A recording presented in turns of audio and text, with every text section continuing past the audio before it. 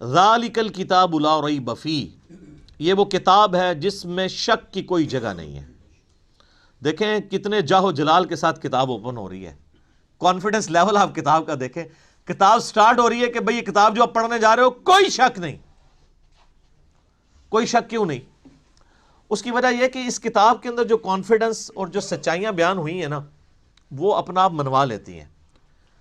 اور اس میں یہ بھی امپلائڈ تھا کہ جو سابقہ امتیں ہیں نا، جیوز اور کرسچنز، ان کو اس میں کوئی شک نہیں ہے، جس طرح کہ سورہ الانعام میں آتا ہے کہ نبی علیہ السلام کو ایسے پہچانتے ہیں جس طرح اپنے بیٹوں کو، اور سورۃ الاعراف میں آتا ہے کہ یہ اس نبی کو، نبی امی کو اپنے اندر پا رہے ہیں جس کی صفات وہ تورات اور انجیل کے اندر پڑھتے تھے۔ یعنی یہ کتاب کوئی شک نہیں ہے کہ یہ وہی کتاب ہے، مراد یہ کہ یہ وہی کتاب ہے جس کی پروفیسیز تورات اور انجیل کے اندر موجود تھی، کوئی شک نہیں ہے۔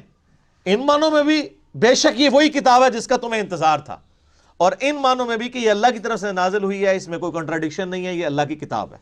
دونوں اعتبار سے یہ شک سے پاک ہے، جو سورہ النساء کی آیت نمبر 82 میں بھی آگے چل کے آئے گا کہ اگر قرآن کسی اور کی طرف سے آتا اللہ کے سوا تو تم اس میں بڑا اختلاف کثیر پاتے، یعنی اس کی آیات آپس میں ٹکرا رہی ہوتی، ایک مضمون کچھ اور کہہ رہا ہوتا، دوسرا اس کے بالکل اپوزٹ۔ تو اتنی موٹی کتاب بغیر ٹکراؤ کے یہ اللہ کا کلام ہے۔ اور پھر اس کا جو کانفیڈنس لیول ہے نا، یہ کئی لوگوں کو بڑا اپیل کرتا ہے۔ یہ عبد الرحیم گرین جو ہے نا، مسلمان ہوئے ہیں نا، جو اس وقت انگلینڈ کے اندر بہت بڑے ایک مسلمان اسکالر ہیں، وہ ایسا بندہ ہے کہ یعنی اس وقت جتنے لوگ مسلمان ہوئے ہیں نا، بڑے ہائی ٹیر پہ لوگ، ان میں اس طرح کا بندہ کوئی نہیں ہے۔ یوسف ایسٹس اگر ہیں تو یوسف ایسٹس جو تھے امریکن یعنی پروٹیسٹنٹ ایک پریسٹ تھے، وہ مسلمان ہوئے ہیں، لیکن یہ جو عبد الرحیم گرین ہے نا، اس نے دنیا کے سارے مذاہب پریکٹیکلی پھرے ہیں۔ یہ 4 سال تک بدھسٹ بھی رہے ہیں، کرسچن بھی رہے ہیں، سارے مذاہب پھر کے اینڈ پہ یہ اسلام کی طرف آئے ہیں۔ آپ ان کی لائف سٹوری بھی انگلش میں رکھی ہوئی ہے جو انہوں نے سنائی ہے۔ تو وہ عبد الرحیم گرین کہتے ہیں کہ جب مجھے قرآن یعنی جب میں نے پڑھنا شروع کیا نا، تو میں یعنی قرآن پاک کے کانفیڈنس سے بڑا متاثر ہوا کہ یہ بڑے یعنی پیشن کے ساتھ بات کرتا ہے، نمبر 1۔ نمبر 2، وہ کہتا ہے قرآن میں اس طرح کا ربط نہیں ہے جو انسانی کتابوں میں ہوتا ہے، کیونکہ قرآن کا سٹائل خطبے کا ہے، جو میں پہلے ایڈریس کر چکا ہوں۔ یہی بات اس نے جوشوا نے بھی کی، جس کا پچھلے دن ہم نے کلپ بھی چڑھایا تھا، how Bible led me to accept Islam. تو وہ بھی یہ کہتا ہے قرآن کا جو کانفیڈنس ہے نا، کہ ایسا کرو تو کامیاب ہو، ایسا نہیں کرو گے تو یہ ہو جائے گا۔ آپ یقین کریں، دنیا میں سخت سے سخت طبیعت والے بندے کی کتاب اٹھائیں نا، اس میں آپ کو وہ اعتماد اور وہ پیشن نظر نہیں آئے گا جو کتاب اللہ کے اندر آپ کو نظر آتا ہے۔ یہ خدا، الہ، مالک، رب ہی اپنی مخلوق سے اس طریقے سے بات کر سکتا ہے۔ انسان جتنا مرضی بڑا ہو جائے وہ اس طریقے سے گفتگو کر ہی نہیں سکتا، چاہے بھی تو نہیں کر سکتا۔ یہ اس کتاب کے اندر زور ہے، لا ریب فیہ ھدی للمتقین۔ اگر فی ہی کو آپ آگے ملا لیں، لا ریب پہ آپ وقف کر لیں، تو پھر یہ معنی بنے گا کوئی شک کی جگہ نہیں ہے۔ فی ہی ھدی للمتقین، اس میں ہدایت ہے پرہیزگاروں کے لیے۔ فی کو پیچھے کر لیتا بھی معنی میں کوئی فرق نہیں پڑتا۔ ھدی للمتقین، یہ قرآن ہدایت ہے ان لوگوں کے لیے جو ڈر جائیں۔ یہ ترجمہ اصل ترجمہ ہے اس کا۔ وقار عربی میں کہتے ہیں نا بچنے کو۔ اچھا، ہم جب کہتے ہیں نا قرآن میں ہدایت ہے پرہیزگاروں کے لیے، یہ ترجمہ کر رہے ہوتے ہیں۔ اچھا، تو جو نان پرہیزگار ہیں ان کے لیے ہدایت کہاں ہے؟ سوال ہے نا۔ تو اس کا معنی ہی غلط کیا گیا۔ اس کا ترجمہ مولانا مودودی رحمہ اللہ تعالیٰ نے بالکل ٹھیک کیا کہ یہ کتاب ہدایت ہے ان لوگوں کے لیے جو ڈر جائیں، چاہے وہ کافر ہے، چاہے مسلمان ہے، چاہے گناہ گار ہے، چاہے نیکوکار ہے۔ کئی نیکوکار ہیں، ہے پرہیزگار ہیں، لیکن ہر الٹا کام کر رہے ہیں، کیونکہ وہ متقی نہیں ہے۔ پرہیزگار یعنی جو آپ نے لائسنس رکھے ہوئے ہیں، داڑھی، شلوار ٹخنوں سے اوپر، تسبیح، ٹوپی، یہ لائسنس ہی ہے نا کسی کی پرہیزگاری کا۔ آج دنیا میں کسی کو جج کرنے کا طریقہ کیا ہوتا ہے؟ بڑا نیک ہے، وہ کیا دیکھ رہے ہوتے ہیں؟ یہی کچھ دیکھ رہے ہوتے ہیں، گیٹ اپ۔ حالانکہ تقویٰ تو ادھر ہوتا ہے، وہ تو اللہ کو پتہ ہے ریاکاری کے لیے کر رہا ہے، دکھلاوے کے لیے کر رہا ہے، کس لیے کر رہا ہے۔ بہرحال جو دنیا کے لائسنس ہیں ان میں جو پرہیزگار ہیں ان میں سے کئی لوگ ہیں جو متقی نہیں ہیں۔ تو ھدی للمتقین، یہ ہدایت ہے ان کے لیے جو ڈر جائیں۔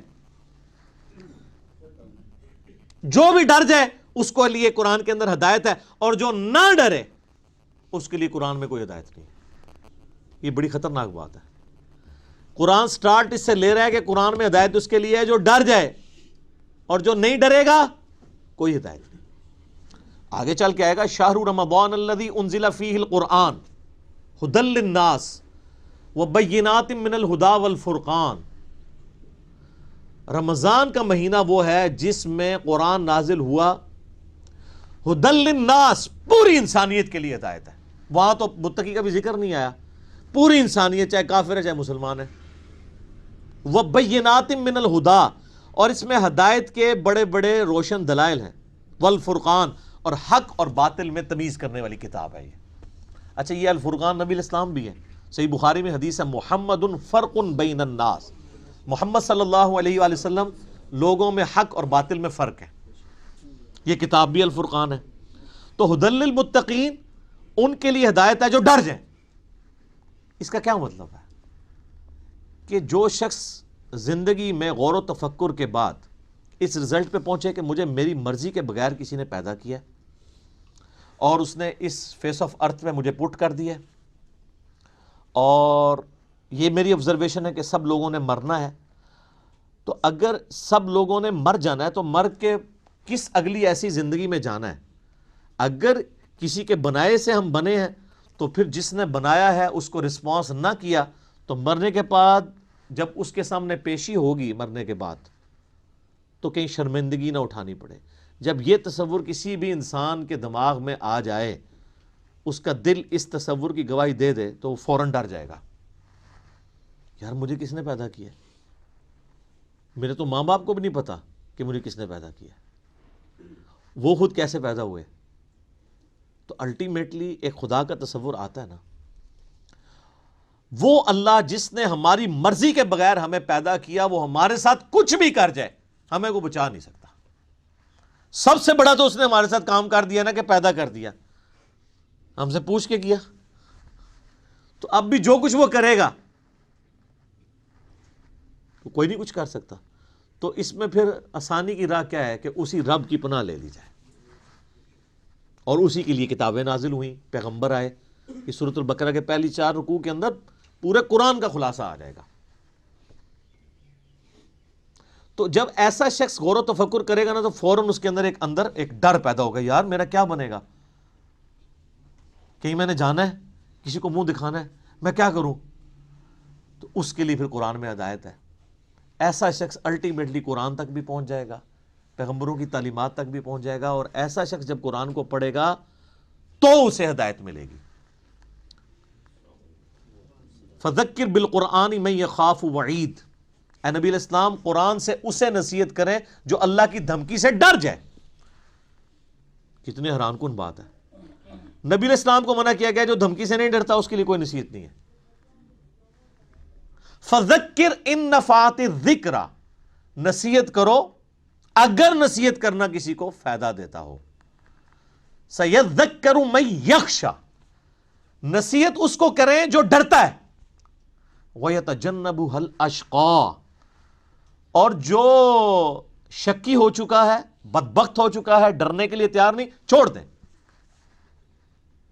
الَّذِي يَصْلَى النَّارَ الْكُبْرَى، اس کا علاج یہ کہ ہم اسے بڑی آگ پہ پیش کریں گے۔ ثُمَّ لَا يَمُوتُ فِيهَا وَلَا يَحْيَا، پھر وہ نہ وہاں پر زندوں میں ہوگا نہ مردوں میں۔ قَدْ أَفْلَحَ مَن تَزَكَّى، بے شک کامیاب وہ ہوا جس نے اپنے نفس کا تزکیہ کر لیا، پاکیزگی کی روش اختیار کر لی۔ وَذَكَرَ اسْمَ رَبِّهِ فَصَلَّى، اور اپنے رب کا نام لے کر نماز قائم کی، نماز پڑھی۔ آپ دیکھیں کہ سورہ الاعلیٰ، اس کو آپ پورے کے پورا یعنی ایک جو اللہ کی دعوت ہے اس کو کور کرتی ہے۔ بل تؤثرون الحیات الدنیا، لیکن تمہارا اصل مرض یہ ہے کہ تم دنیا کی زندگی کو ترجیح دیتے ہو۔